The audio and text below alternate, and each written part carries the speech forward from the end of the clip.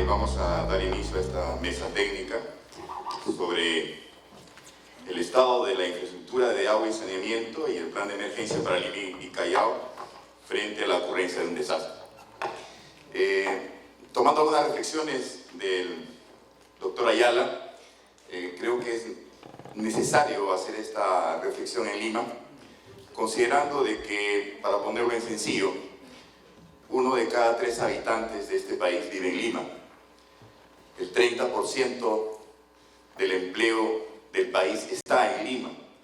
Producimos casi el 50% del PBI de la nación y tenemos apenas 125 metros cúbicos de agua por habitante año. O sea, estamos en extrema escasez hídrica. Pues en este contexto, yo quisiera invitar al magíster Jorge Luis Rucoba Tello, gerente de Desarrollo e Investigación de Sedapal, la empresa de agua y saneamiento de Lima.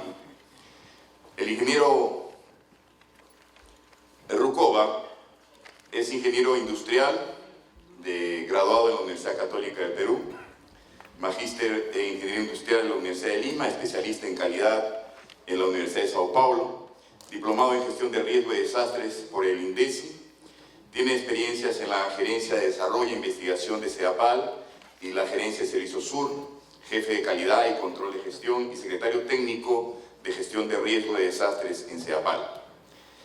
Invitamos pues a el magíster Jorge Luis Rucoba Tello para que nos pueda contar cuál es el estado de la situación de nuestra infraestructura de agua y saneamiento y qué planes tiene de emergencia frente a un desastre. Con ustedes, el ingeniero Rucoba. Bueno, el tema que se ha solicitado a Sedapal es el estado de la infraestructura de agua y saneamiento y el plan de emergencia en el caso de desastres. Bueno, nosotros tenemos que cumplir con las exigencias normativas sobre los diversos planes, ¿no? Hay instituciones que nos dicen, hay que hacer un plan y otro plan. Ustedes saben que se comenzó con el plan de operaciones de emergencia, ¿no? En los años 90, y luego salió lo que es el plan institucional de CENEPRED, que son los 7 pasos, ¿no? Y después se exigió el plan de continuidad operativa y luego el plan de contingencia, ¿no? Voy a explicar algunos de ellos.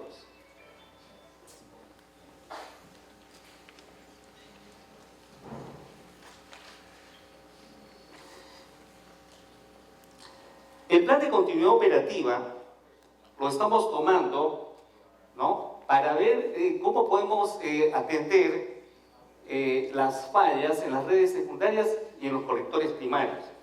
Y está saliendo de un análisis operativo. En este caso no existe un desastre, una fuerza externa. Y el caso de San Juan de Lurigancho nos hizo ver la necesidad de trabajar más este concepto del riesgo operativo. Porque en este caso, estas son las tuberías que existen actualmente en las estaciones Bayobar y Caja de Agua, no donde falló el sistema, ¿no?, que ocasionó todas estas desgracias, ¿no?, que podemos ver a esta población. Entonces, en el caso de las redes secundarias, el análisis es estadístico. En el caso de los colectores primarios, tiene que hacerse el análisis de falla potencial, utilizando herramientas como los modos de efectos potenciales de falla, ¿no? Este es un aprendizaje que tenemos, porque aquí no se podía pensar jamás, ¿no?, que una tubería de 5 años pueda fallar.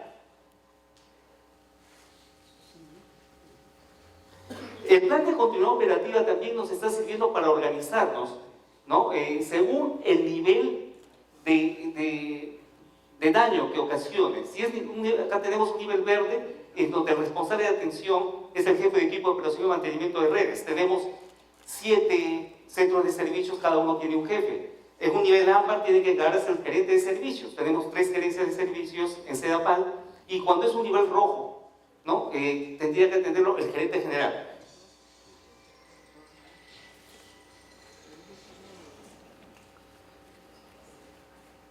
Bueno, este es el plan de gestión de riesgo de desastres. Para nosotros, el plan central son estos 7 pasos. identificación del riesgo, prevención, reducción, preparación, respuesta, rehabilitación y reconstrucción. El objetivo es garantizar la continuidad y restablecer el servicio lo más pronto posible. Ahora, el principal problema aparentemente es la sequía o es el sismo. Y quería mostrarles un poco el riesgo que tenemos en cuanto a sequía. Este es un benchmarking de reservas de oferta de agua en las capitales, en las principales capitales de América del Sur. Sao Paulo tiene una reserva per cápita de 105 metros cúbicos por habitante, ¿no? Tenemos México 44, Lima 37, Bogotá 117, Santiago 166 y Lima 37. Entonces, tenemos que invertir fuertemente. La demanda de agua, según nuestro plan maestro que hemos entregado a SUNAS, está aumentando de 2020, 2025 hasta el 2040, o sea, al año 922 millones de metros cúbicos. El volumen de agua entregada a la ciudad, ¿no? Acá es cómo aumentó el consumo de 30 millones de metros cúbicos en los últimos 3 años. Y Sedapal, desde el año 2000, no está aumentando fuentes, exceptuando Huascacocha. ¿Cómo es que Sedapal está abasteciendo a 600.000 migrantes venezolanos actualmente? Y estamos abasteciendo sin problemas. Ellos se asientan normalmente en donde hay servicio, pero Sedapal está soportando una fuerte carga. Y miren cómo está el almacenamiento en las lagunas. Desde el año 2015 al 2019 no estamos llenando las 331 millones de metros cúbicos de capacidad que tienen nuestras lagunas. Entonces, tenemos que estar muy atentos con este tema. Para terminar la idea acá, estaba mencionando que desde el año 2000 no tenemos nuevas fuentes. ¿Cómo es que Sedapal ha conseguido abastecer todos estos años, exceptuando el 2004 cuando hubo una sequía fuerte, sin restricciones, básicamente? Y fue por una disminución de la dotación, o sea que la gente está tomando conciencia y no están gastando tanta agua como en esos años, y además por la reducción del agua no facturada, en donde se trabaja básicamente con medición y colocando micromedición. En el 2004, fíjense, ¿cuál es la diferencia con el 2004? Cuando hubo la sequía del 2004, lo que hicimos es disminuir 12 horas de servicio. Esa fue nuestra estrategia. Uno disminuye 12 horas de servicio o hace restricción de 12 horas, pero la disminución de la demanda varía entre 10 y 15%. Pero hoy no es posible. ¿Por qué? Tenemos acá dos tipos de sectores. Un sector con la fuerte edificación vertical que se ha dado en los últimos años, y luego acá, que es las zonas en donde se abastecen los pueblos jóvenes con rebombeos.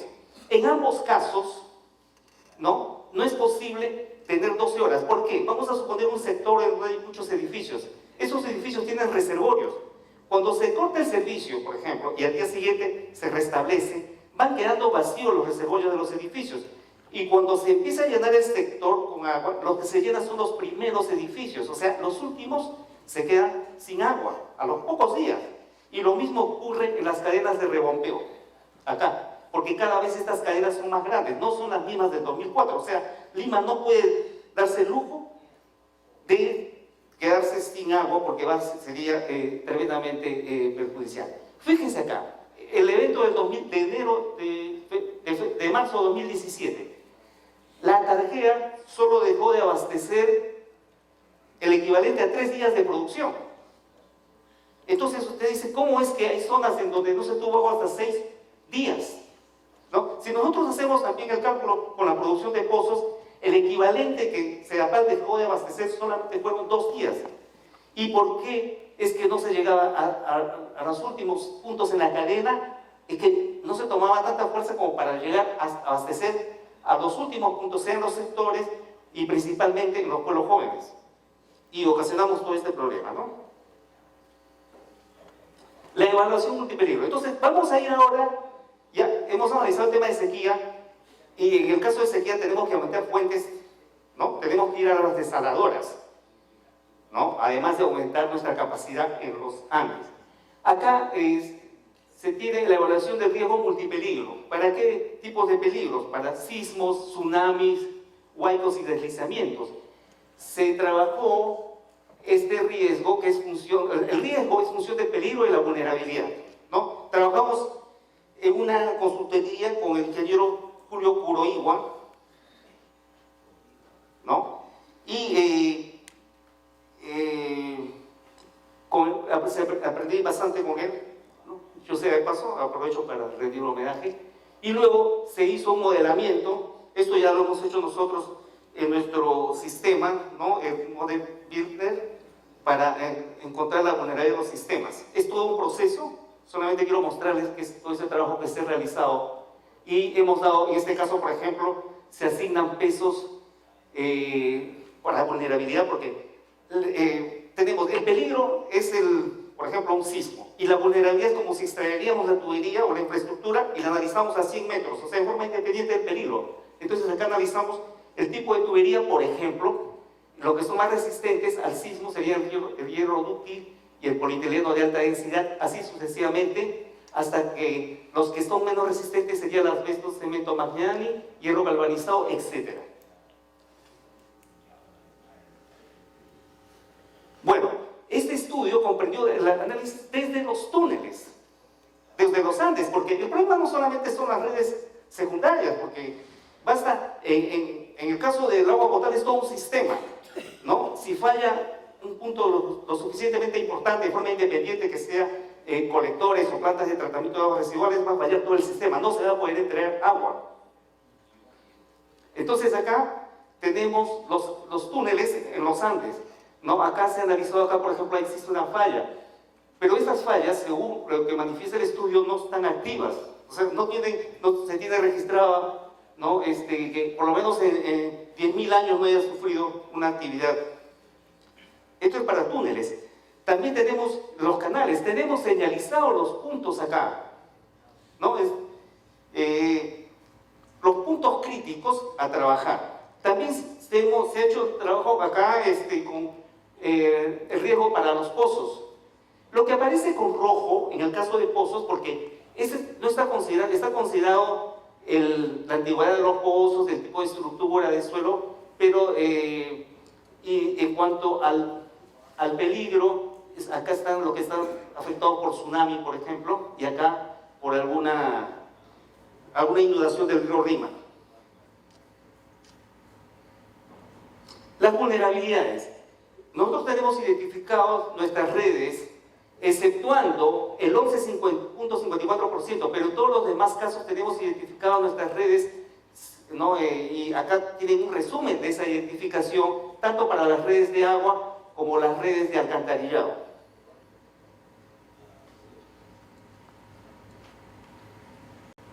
El riesgo en distribución primaria, ¿no? Está en ámbar. Esto quisiera, es muy importante, en ámbar, la distribución primaria, que son las grandes tuberías que maneja Sedapal. Tenemos identificado el riesgo en la distribución secundaria, también en ámbar. Tenemos pocas, si uno podemos tomar una muestra, podemos tener algunas en verde, pero la mayor parte de las áreas están en ámbar. Y principalmente por causa del buen suelo de Lima. En las zonas y quiero hacer un comentario, en el año 74 hemos tenido un sismo en Lima de 7.8 magnitud de momento. Y solo se vio afectada una línea principal en Guzmán Blanco. Pero la Lima del 74 no es la Lima del 2019 y ha crecido principalmente en zonas donde no debería crecer, como vamos a mostrar más adelante. El riesgo en reservorios, ¿no?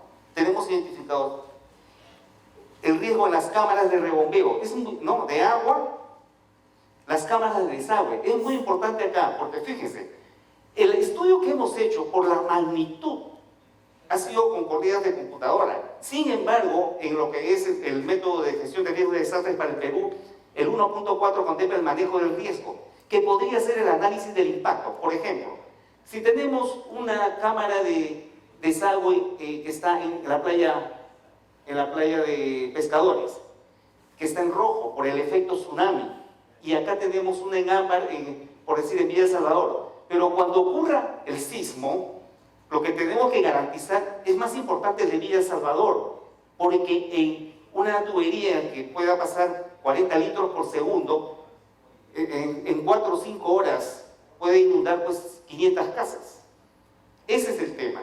Y este material se le entrega a los jefes de los centros de servicios, quienes tienen que estar analizando cómo hacer para disminuir y ponerse en diversos escenarios en ese momento. El riesgo de la distribución primaria. Prevención y reducción del riesgo.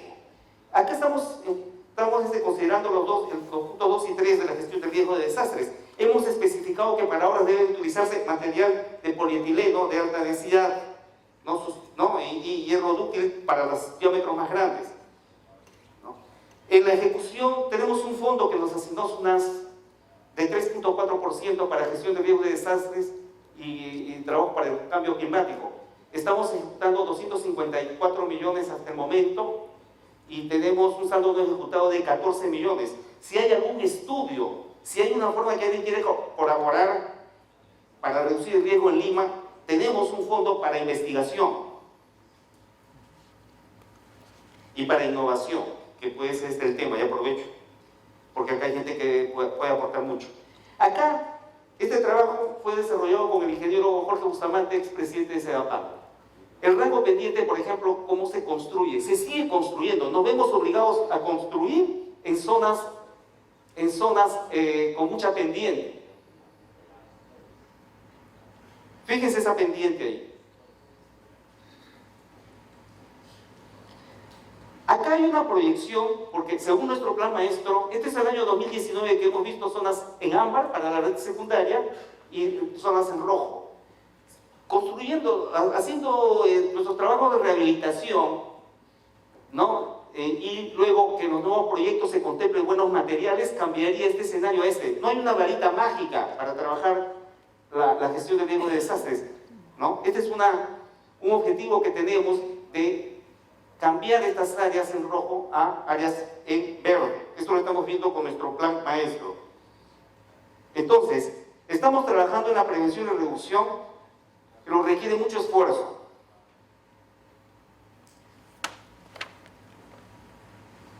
Preparación. Estamos ya por comenzar un taller que va a ser destinado al 100% de los trabajadores de Sedapal. Porque no todos tenemos, digamos, la misma conciencia, porque en este taller, además de que se va a explicar el papel que va a cumplir cada trabajador cuando ocurra el desastre, se está explicando también cómo ellos van a protegerse a sí mismos en sus casas, Y esto es muy importante también para nosotros, nuestra gente. También los puntos de abastecimiento. En el fenómeno El Niño de 2017 teníamos 157 puntos de abastecimiento, hemos mejorado y ahora tenemos 421 en toda la Gran Lima. Como lo ha mencionado el doctor, el expositor mexicano, estamos yendo a trabajar con puntos de distribución, no con los camiones cisterna, porque no tenemos esa capacidad. Yo estaba haciendo un cálculo sobre las 700 pipas que mencionó. En realidad podría ser unos 200 camiones cisternas que hagan 3 viajes cada uno, camiones de 10 metros cúbicos de capacidad. Pero el concepto, a partir del aprendizaje que vamos viendo en la internet de Aguas Andinas de Chile, ellos han fijado puntos de abastecimiento y ellos ya tienen experiencia porque han tenido 4 eventos de abastecimiento a más de 1 millón de personas en los últimos 4 años. Y están construyendo lo que Sedapal tiene, que son sus estanques reguladores, que tenemos 2 estanques reguladores, uno de 1 millón de metros cúbicos y otro de 500.000, y en el cual tenemos que evaluar permanentemente y estamos trabajando vamos a trabajar con el acelerógrafo también que mencionó el doctor Alba. El abastecimiento de hospitales. Fíjense, ustedes se imaginan lo que es abastecer con camiones cisterna al hospital del empleado. El hospital del empleado tiene pozos, entonces estamos conversando para que ellos puedan trabajar con pozos, porque si no tendríamos que tener una fila de 6 camiones para atender solo al hospital del empleado. En el caso de neoplásicas se le ha puesto una línea exclusiva para ellos, y lo mismo en el Hospital María Auxiliadora. Pero los grandes hospitales tienen que tener un abastecimiento exclusivo, porque la energía nunca deja de abastecer de agua, inclusive en, la zona, en los casos más críticos, como se ha podido evidenciar el año 2017. Adaptadores para el abastecimiento. Esto de seis filas se han aplicado mucho en el último corte de agua que se ha tenido con ocasión de las obras del tren eléctrico. La respuesta. Tenemos que decir a la población que cuando ocurre un gran evento, CEDAPAL va a cortar el servicio, porque nuestros trabajadores tienen que ir a enterrar a sus muertos y a las 48 horas deben volver y hacer un plan rápido de los pozos. ¿Cómo? En base a criterios de priorización. Acá tenemos que todo, digamos, nuestra gente tiene que tener conciencia de prioridad. Prioridad para ver qué pozos van a empezar a revisar para empezar a avanzarlos. ¿En función a qué? En función al riesgo, en función al planeamiento que se ha realizado. Y también priorizando a dónde se abastece a más cantidad de gente. Y también en dónde los pequeños trabajos que se vayan a realizar en horas hombre va a servir para abastecer a la mayor cantidad de gente. Esto requiere mucho planeamiento. Y acá están aspectos administrativos. Todo acá son aspectos administrativos. Entonces, hacemos el EDAN de pozos, el estudio de daños de pozos, el abastecimiento provisional de pozos. Luego vamos al EDAN rápido de sectores y vienen las reparaciones críticas en función a las horas sobre por población atendida. Hemos hecho estudios también a partir de una tesis que hemos visto que nos ha recomendado el ingeniero Delgado del ingeniero Alcántara, y más o menos viendo una relación entre lo que afectó Pisco y lo que afectaría a CEDAPAL, un sismo de 8, de similar al de Pisco, y nos da un equivalente a 2 años de servicios a ritmo normal de trabajo. Bueno, también tenemos un seguro multirriesgo que da hasta 100 millones de dólares. En el fenómeno del Niño hemos utilizado 75 millones de soles. Por el caso de San Juan de Lurigancho ya vamos encima de 100 millones de soles. Lecciones aprendidas. En cuanto a fuentes, diversificar fuentes, agua subterránea y agua de mar. Lima tiene que pagar por el agua, por el hecho de estar ubicada en un desierto. Y además a nosotros como planeamiento tenemos que plantear, digamos, cuáles son las soluciones, ¿no? Para poder, digamos, hacer menos vulnerable nuestro sistema. En conducción que disminuya el riesgo de huaicos. En el 2017 hemos tenido 24 huaicos, 14 en el río Rima y 10 en el río Huaycoloro, ¿no? Entonces estamos con un proyecto para tratar de traer el agua desde Moyopampa hasta La Tarjea. En la distribución primaria, mejorar el diseño de las redes que cruzan los lechos de ríos, ¿no? En pozos, impermeabilizar o elevar el nivel de la puerta de acceso a las casetas de bombeo de pozos. En las plantas de tratamiento de aguas residuales, evitar el uso de muros tipo uni, porque el agua entra. Puntos de abastecimiento de emergencia, aumentar los puntos. Dispositivos para abastecer a la población, ¿no? Las salidas múltiples de 6 filas, como hemos podido ver, y agua para hospitales. Estas son lecciones aprendidas desde 2017, muchas de las cuales ya las hemos implementado, como han podido ver. Este es un resultado de ese informe. Ahora, las conclusiones hoy. Sí. La conclusión es hoy. Mayor conciencia ante desastres naturales y operativos. Esto, en el caso de los desastres naturales por la población, se consigue con un programa que tenemos que elaborar en CEDAPAL, de crear conciencia para que la gente tenga sus 6 litros en sus casas, ¿no? Y también para el uso del agua, el uso correcto del agua. Todavía he mencionado que nosotros hemos disminuido nuestra dotación, pero todavía estamos lejos de Bogotá. Nosotros estamos consumiendo más o menos 150 litros habitante día dentro de cada vivienda. En Bogotá están en 100. Entonces, ¿no? Y nosotros estamos en un desierto. La falta de un desarrollo planificado de la ciudad. Hemos visto que la ciudad, tanto en Pachacútec como en el caso de Valle Mauta, la ciudad está creciendo hacia zonas con mucha pendiente. Cuando ocurre una ruptura de tuberías de agua en una zona con mucha pendiente tipo Manchay, es muy difícil la atención, barre con todo. Desarrollar sistemas con alternancia y redundancia. En el caso de la alternancia, hemos tenido hace poco que para hacer un cambio de trazo en la tubería que va al centro, se ha tenido que cortar el servicio. ¿Por qué? Porque no hay sistemas alternativos. Eso fue diseñado por una firma americana y no hay ni siquiera válvulas intermedias. Tenemos que cambiar esos conceptos. Tenemos que no haya un proyecto con su fuente de agua y el agua para ese proyecto, porque o sea, somos observados hasta ahora, porque nos van a decir, ¿no?, que va a ser mucha inversión para ese proyecto, pero tenemos que ver la redundancia de que los sistemas, por ejemplo, quiero explicar redundancia, algo. Hace el 20 de septiembre hemos tenido una pequeña lluvia en Lima. ¿Cuál es la diferencia entre el diseño tradicional de las redes? Es que se hace el cálculo para el uso doméstico del agua, pero no cuando cae una lluvia. Pero ¿cuál es la diferencia de lo que pasaba hace 20 o 30 años con hoy? Es que los edificios modernos están diseñados para que en todas sus terrazas tengan unos ductos que lleven al canal de desagüe, a la línea de desagüe. O sea, eso no está previsto en nuestros sistemas, en nuestro concepto, ¿no?, nuestra concepción del diseño. Tenemos entonces, estamos midiendo ya, ¿no? ¿Para qué? Para cambiar y dar sistemas más redundantes en desagüe y en agua también, ¿no? Por ejemplo, en alternancias, ¿no? Un sistema alternativo para grandes zonas podría ser tener fuentes diversas. De alguna manera hemos tenido con la fuente de la planta Chillón, con respecto a la planta de la Tajea, en la zona de una interfaz, pero eso tiene que mejorar. Mirar al mar como fuente alternativa de agua, ¿no? Tenemos que tener desaladoras. Por ejemplo, en Ancón. ¿De dónde vamos a tener agua en Ancón? Con tantos kilómetros, ¿no?, sería imposible. Entonces, ahí tiene que haber una desaladora. Se está planteando otra desaladora de 1.5 también para lo que es Héroes de la Paz, abastecer a Miraflores, San Isidro, donde se mueve bastante la economía.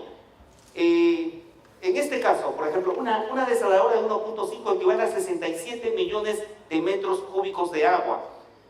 Por 2 serían 120 millones, más los 130 que tenemos, ¿no?, en una provincia pequeña, Sedapalma y Apoya, ¿no? Inclusive, por ejemplo, para que se den cuenta, hemos enviado hidrojets al norte en 2017. Recién nos están devolviendo los hidrojets por los mantenimientos del caso. Estamos hablando de 2 años. Y eso siguiendo y siguiendo, haciendo seguimiento. Pero estamos apoyando. Cuando le toque a Lima, el apoyo de una EPS no va a ser suficiente. Tiene que venir gente de Trujillo, de Arequipa, ¿no?, de Chiclayo, de gente que sepa de los sistemas de agua. Luego, no preocuparse por la exactitud en el valor de riesgo. Antes de la consultoría del ingeniero Curoiba, nosotros habíamos hecho una corrida con nuestro sistema CRIS y asignándole 30% al tipo de tubería, la antigüedad de tubería y al suelo, ¿no? Pero, y cuando viene el ingeniero Curoiba, se hace otro trabajo. Ahora, el tema no es la exactitud. Una vez me ofrecieron que había un programa que podía simular 200.000 formas de cómo podía afectar venir el sismo. Yo digo, ¿de qué me va a servir eso? Porque al final, como decía el doctor mexicano, no sé por dónde va a venir el sismo. Lo único que me queda es, sé que estoy en rojo y tengo que prepararme. Y priorizar estos trabajos porque los recursos son escasos. Referenciamiento con EPS similares de Chile y de México.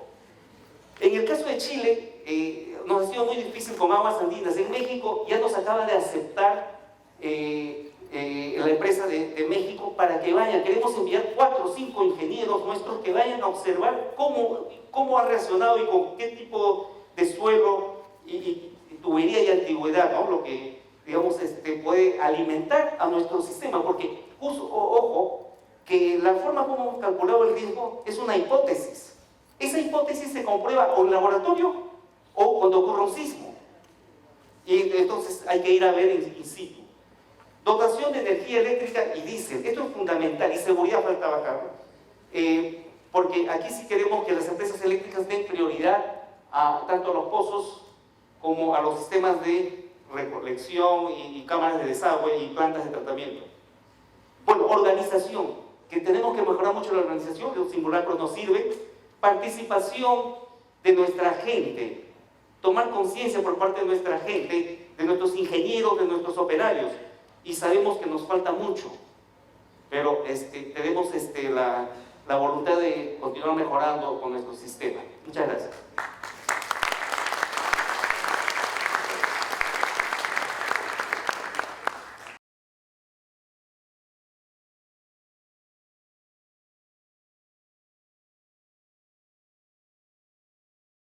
Bueno, muchas gracias, ingeniero Rucoba. Insistir en la preocupación de que un desastre en nuestra capital tiene que ser atendido rápidamente para poder reducir el número de horas que nuestra población se va a quedar sin servicio, ¿no? Entonces, la restitución de servicios es un paso inicial importante. Vamos ahora a dar paso a una mesa para la cual vamos a invitar a la Superintendencia Nacional de Servicios de Saneamiento, representado por el ingeniero Fernando Chioc Chan. Por favor, Fernando, si estás. Excelente. Una de las empresas que sufrió durante el Niño Costero ha sido EPS Grau, responsable de los servicios de agua potable y alcantarillado en la región Piura. Invitamos al ingeniero César Quintanilla Cacho en representación de EPS Grau.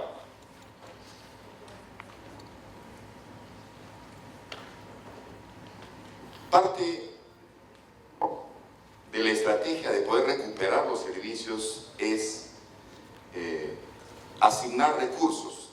Como ya se mencionó, los recursos vienen de la tarifa, pero a veces no son suficientes como para poder desarrollar esta recuperación, y por lo tanto el Ministerio de Vivienda, Construcción y Saneamiento tiene herramientas como para poder apoyar el financiamiento de las intervenciones de recuperación.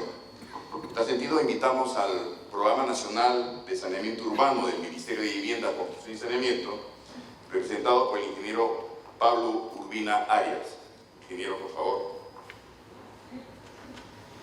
Y por supuesto que quisiéramos también contar con la participación del doctor Ayala, nuestro principal expositor para esta mesa temática, para que pueda complementar con base a respuestas de algunas de las preguntas.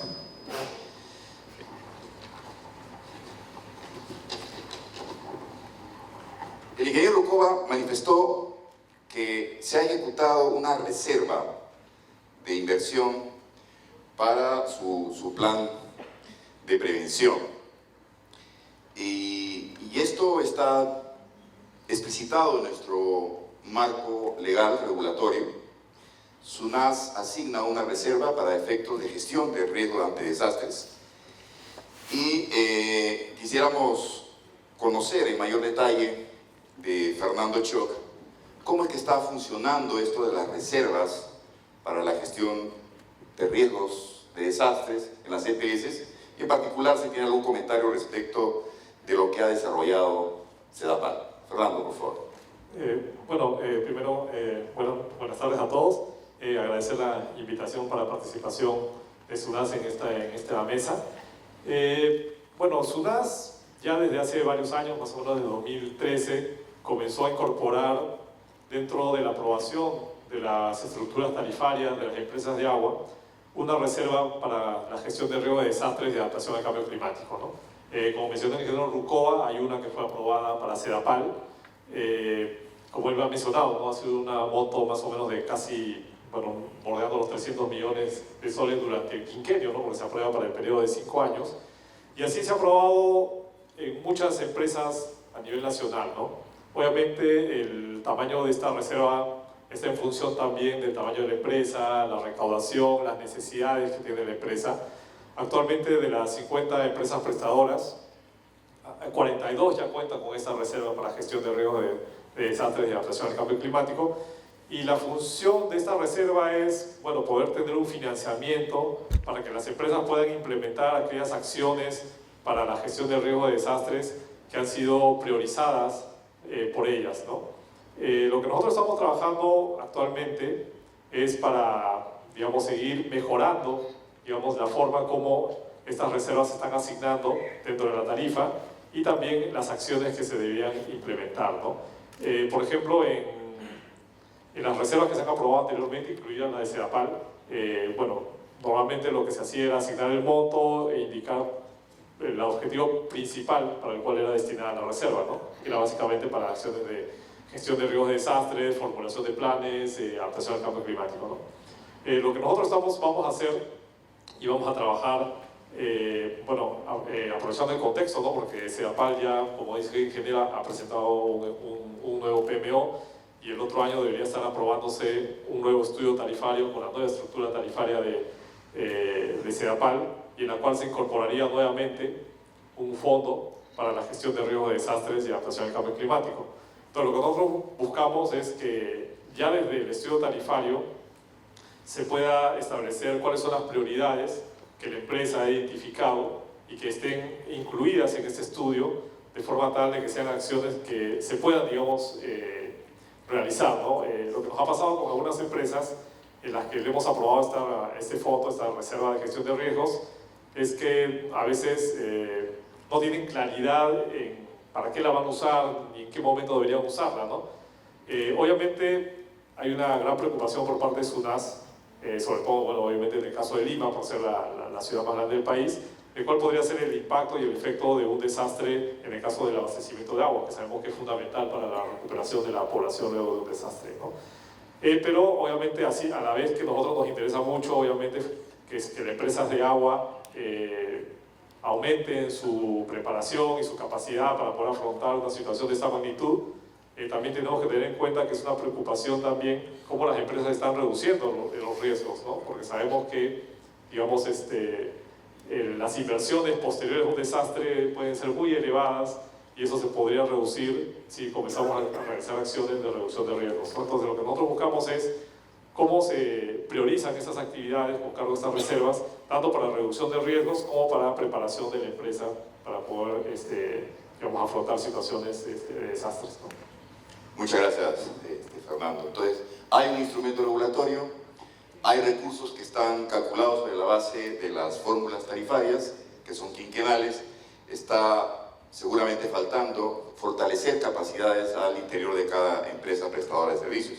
Y en ese sentido, al ingeniero César Quintanilla de EPS Grau, para que nos cuente cómo es que enfrentaron el problema del niño costero el año 2017, donde la región Grau fue una de las más afectadas.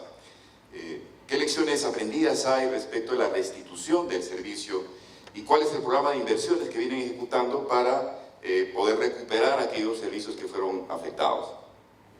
Bueno, buenas tardes. Gracias por la invitación.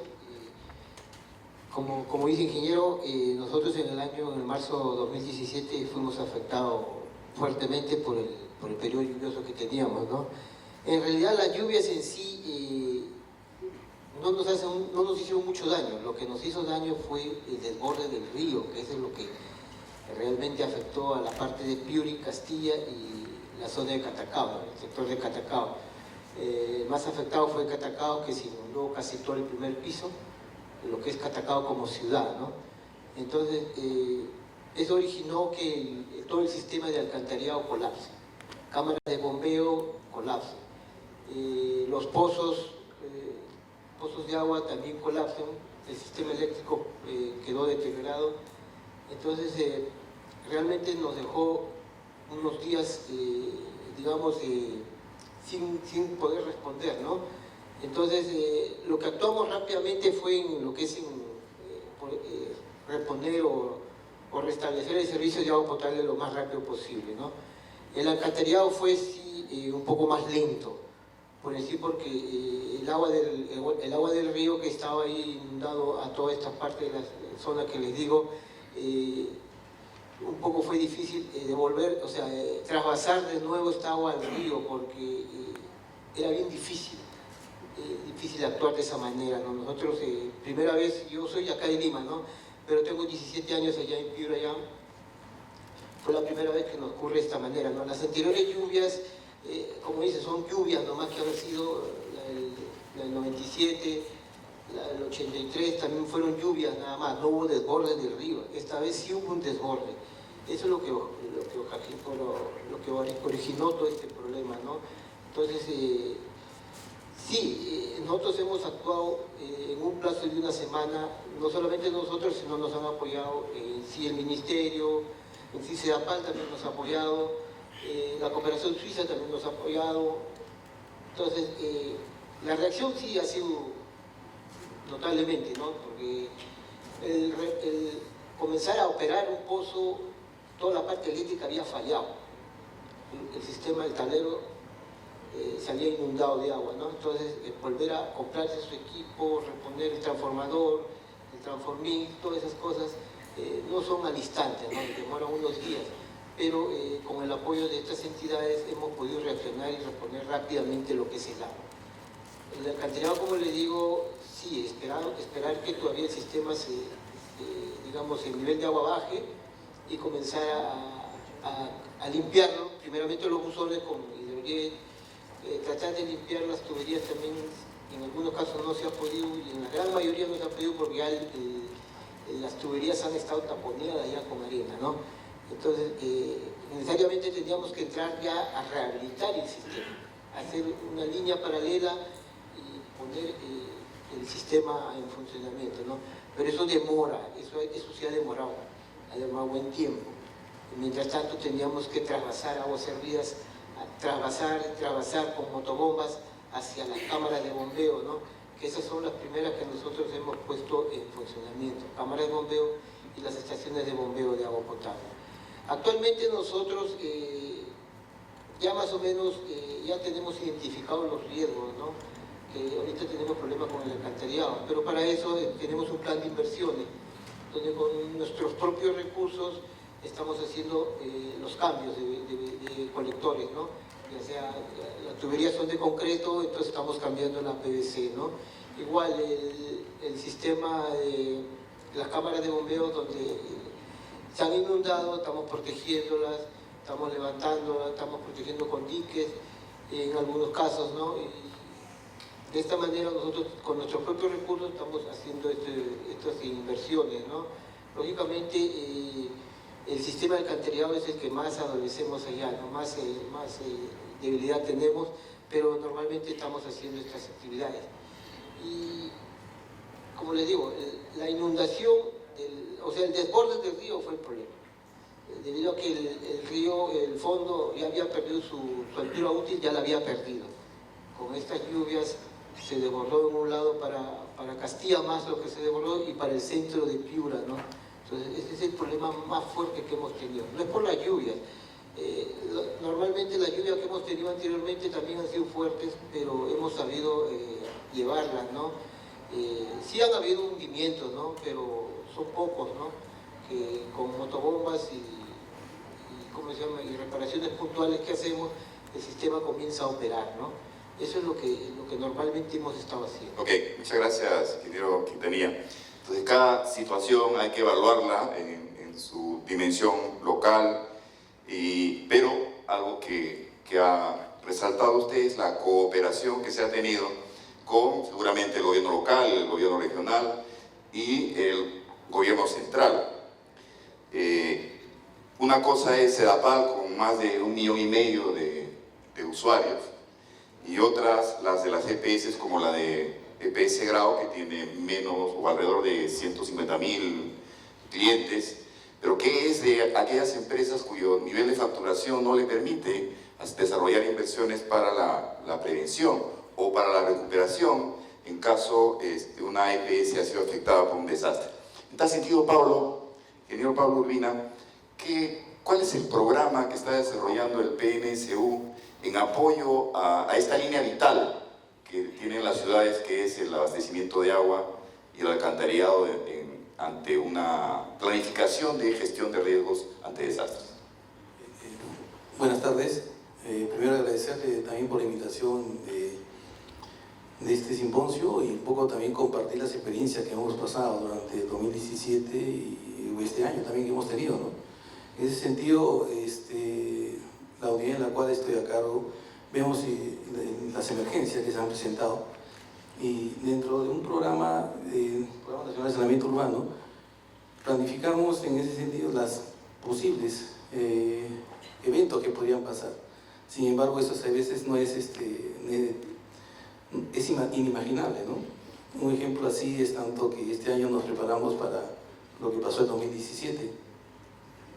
Teníamos equipos de bomberos, todo preparado, y todo nos pasó en el sur, en Hilo. Pampa Inalámbrica quedó desabastecida con la línea Don More. En ese sentido, inmediatamente, pues, a nivel del Ministerio, el MEF, nos reasignan recursos para poder intervenir inmediatamente. Si bien es cierto, la línea pasa por un tema del MEF, un tema, digamos, IOAR, de emergencia, expedientes y contrataciones directas, pero eso toma tiempo, no es inmediato. Entonces tenemos que hacer contrataciones de cisternas, tratar de abastecer esta población. Sin embargo, haciendo una mea culpa, como ingenieros podemos diseñar alternativas, plantearla mejor en el momento y en el tiempo ideal.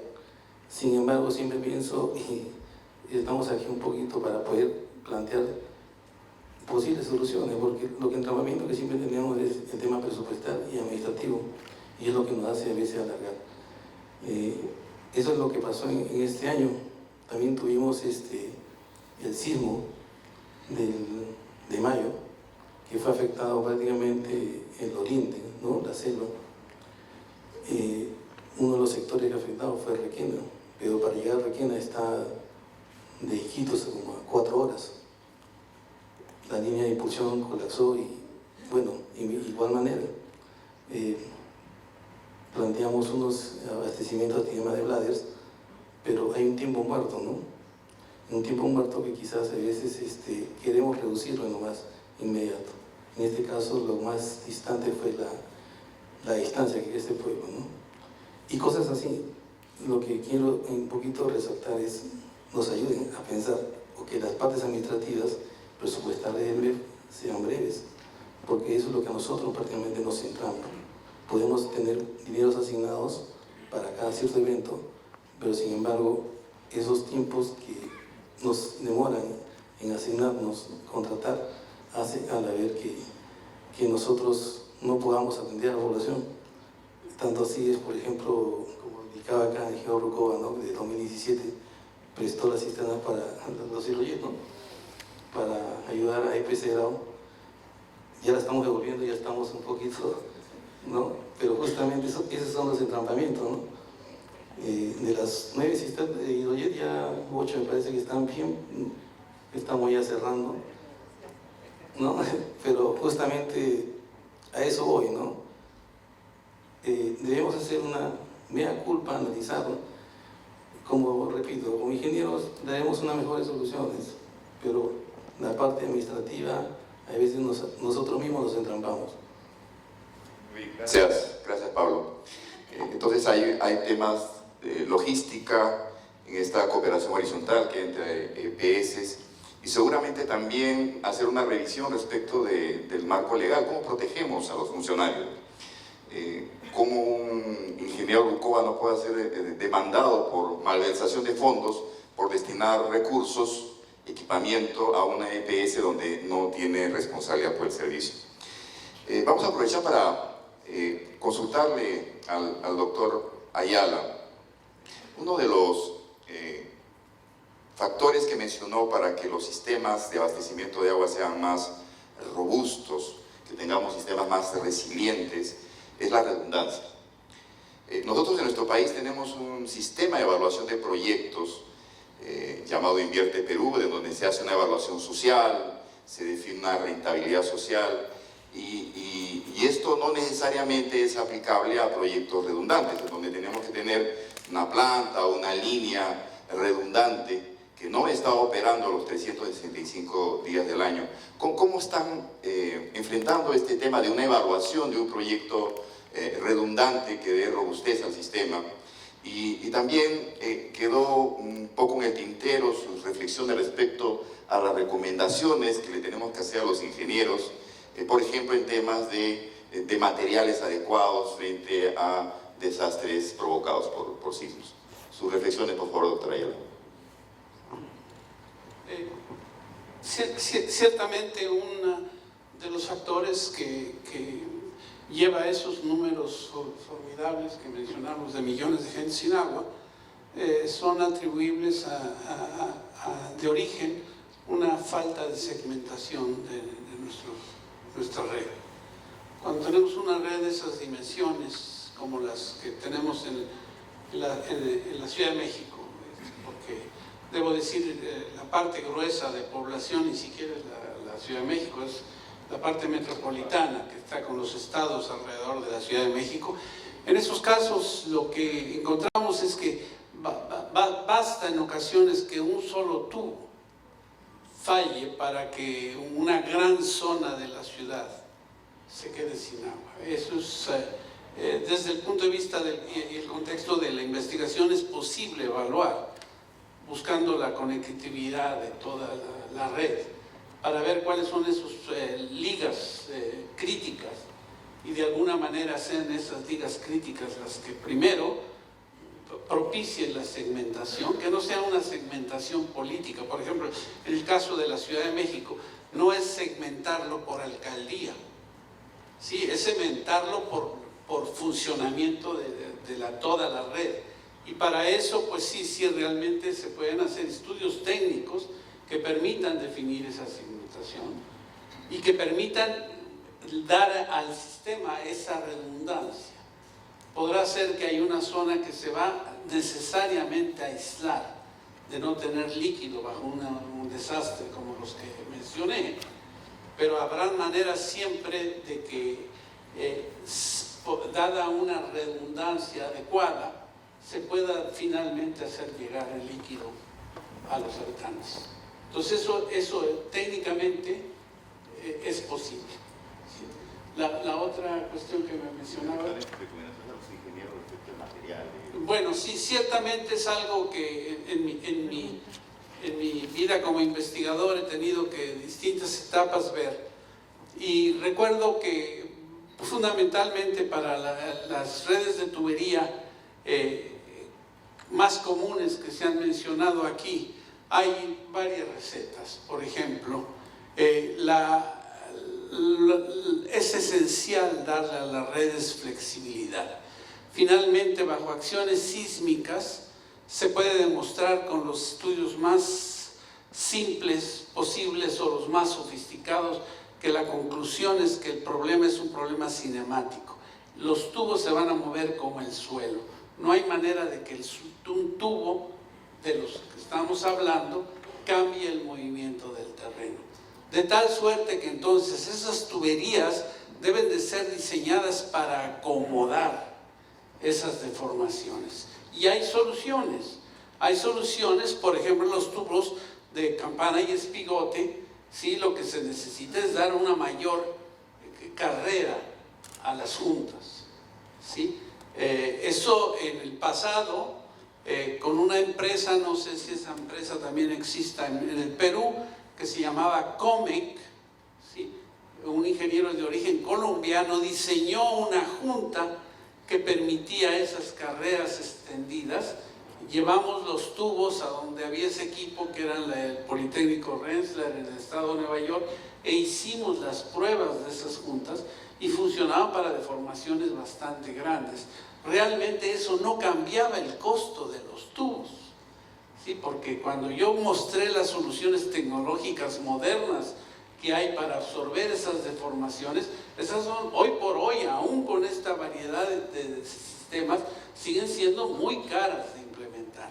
Entonces, en el caso de tubos segmentados, de tuberías segmentadas, hay que dar esa holgura a las tuberías.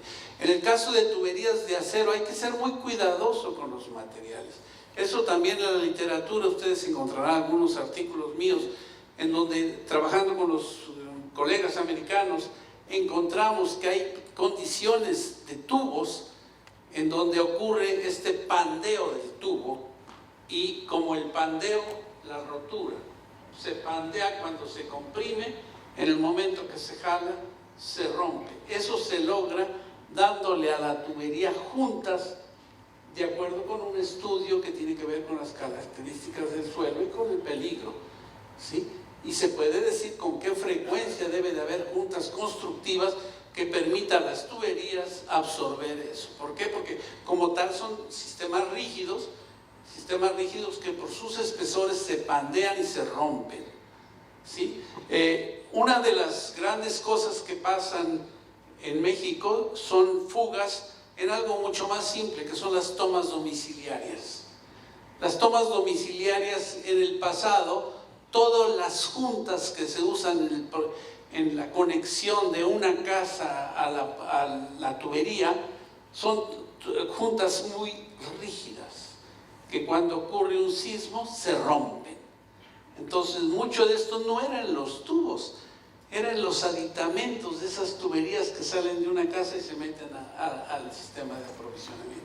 Entonces hay soluciones tecnológicas económicas que permiten salvar un sistema, ¿sí? Obviamente la más importante de todas ellas son en las fuentes grandes, ¿no? En las fuentes grandes, y eso fundamentalmente que son tuberías de 96 pulgadas o de...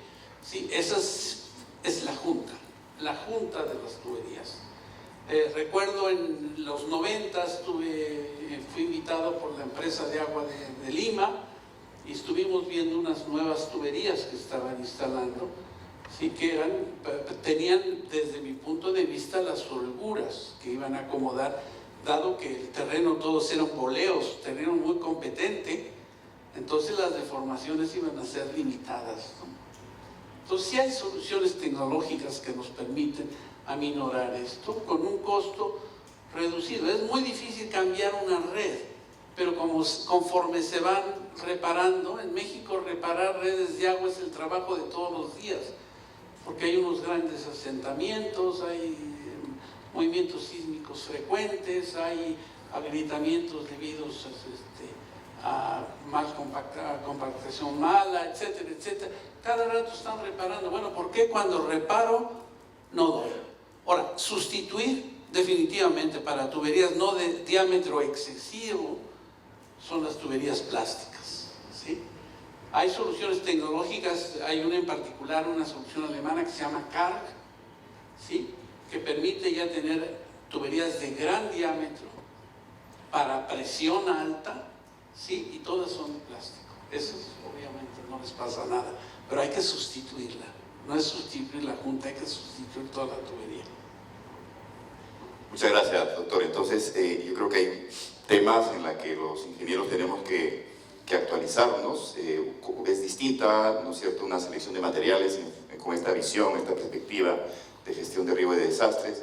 La simulación hidráulica también de esta sectorización que usted ha mencionado, en que los sectores se puedan interconectar para no dejar sin servicio a la población, es distinta a una simulación hidráulica convencional, y ahí estoy absolutamente seguro que el Colegio de Ingenieros podrá contribuir a desarrollar estos cursos de actualización y capacitación a los ingenieros.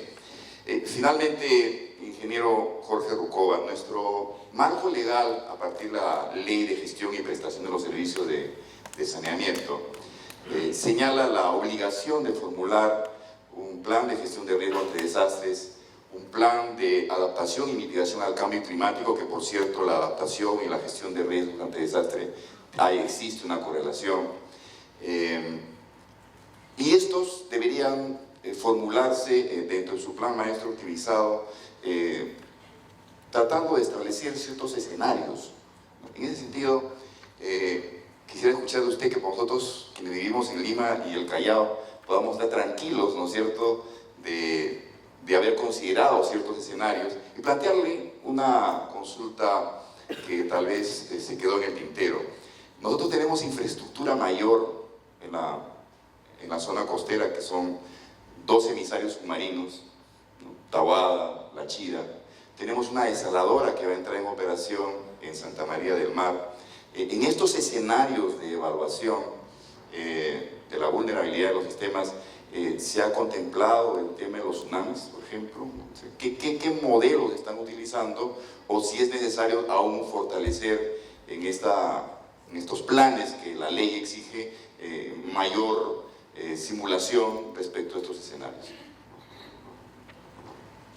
Sí, en nuestro caso no hemos hecho simulación. Nosotros nos hemos basado en los planos del SISMID, ¿no? Y en los planos del SISMID, por ejemplo, yo estaba mencionando un caso de una cámara de desagüe que estaba en la Costa Verde y respecto a una cámara de desagüe en Villa El Salvador, ¿no?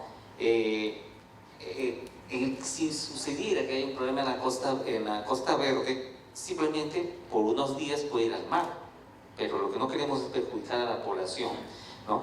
Pero nuestro cálculo, vuelvo a repetir, es simple: identificar riesgos. La exactitud matemática del nivel de riesgo, en mi opinión, yo puedo estar equivocado ahí, pero lo que pienso es que una vez que esté identificado es ponerse a trabajar, que es lo más difícil.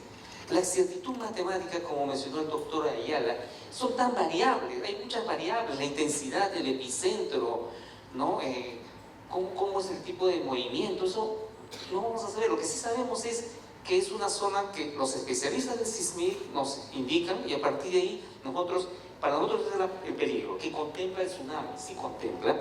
Y luego, por otra parte, tenemos la vulnerabilidad del sistema. Juntamos ambas capas en el GIS y nos sale el riesgo. Ahora, a partir de ese riesgo, lo que nosotros tenemos que empezar a ver es darle la prioridad, el manejo del riesgo que llamamos. El manejo del riesgo consiste desde aislar zonas en donde sabemos que tienen mala compactación, las aislamos. Cuando ocurre el sismo, esa zona va a ser las últimas donde vamos a emplear horas hombre, porque yo necesitaríamos reparar, qué sé yo, 10, 12 tuberías. Con 12 reparaciones damos agua a 1 millón de personas tal vez, en vez de dar agua a 50 familias. Hay un caso de una urbanización a la espalda de la antigua escuela de la PIB, donde tenemos esos problemas, ¿no? Entonces, hay varias medidas que se van tomando desde antes. Tienen que estar planificándose de forma permanente, en forma paralela al control operacional. Y eso es lo que nos hace mucha falta. O sea, nos hace falta más ingenieros, ¿no? que se dediquen a hacer seguimiento, a analizar las estadísticas, ¿no? Para poder tener un mejor trabajo de reducción de la vulnerabilidad. Bien, bueno, por temas de tiempo, los animamos a formular las preguntas a los panelistas, a nuestros expositores, a través del correo electrónico, que buscaremos de dar respuestas a sus inquietudes. Pero nos ha llegado una pregunta que justamente va en línea del tema de redundancia, y con esto acabamos.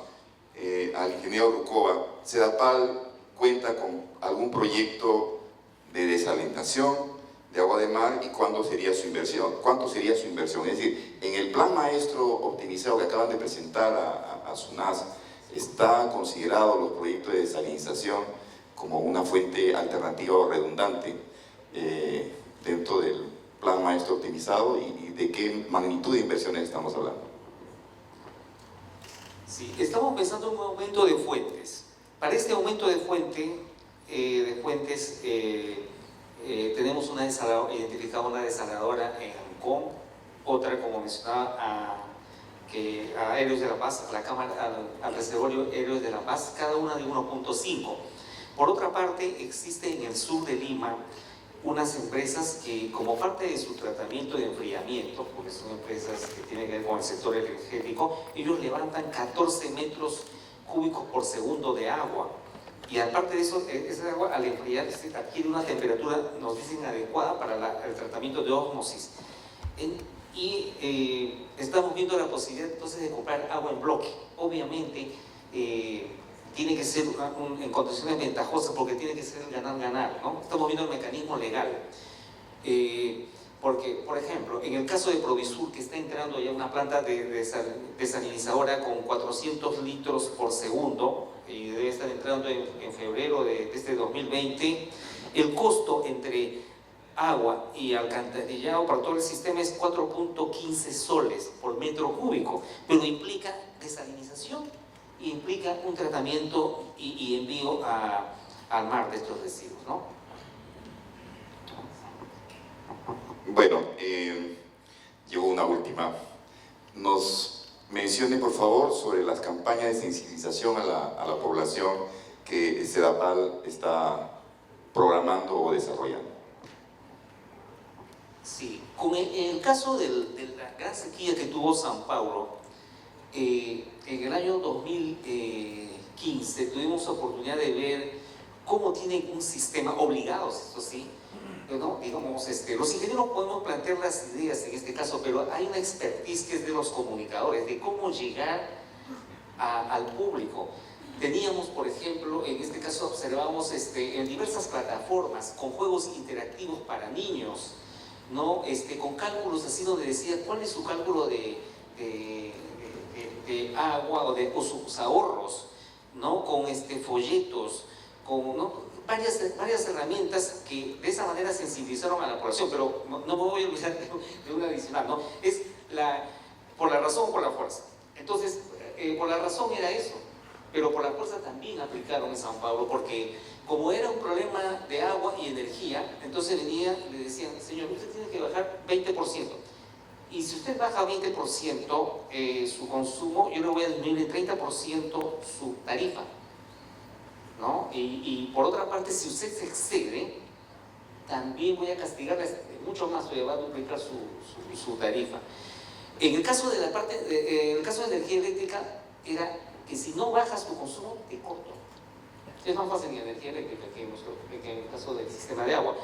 Pero sí tenemos que entrar a esa sensibilización, ¿no? Es muy largo el tema, solamente para que ustedes sepan, cada uno de ustedes que está acá, si usted consume más de 5 metros cúbicos por mes, por cada persona que viva en su domicilio, está haciendo un uso excesivo de recursos. 5 metros por persona al mes. Ya estamos ahí, ya estaríamos un desperdicio, no tendríamos conciencia, ¿no? Ni conciencia social, ¿no? Para el uso de recursos. Excelente, entonces un plan de comunicaciones y estrategias de comunicación en donde se combina zanahoria y látigo, como dijo el ingeniero Rucoba. Vamos a brindar un fuerte aplauso a nuestros expositores y a los miembros de nuestro panel.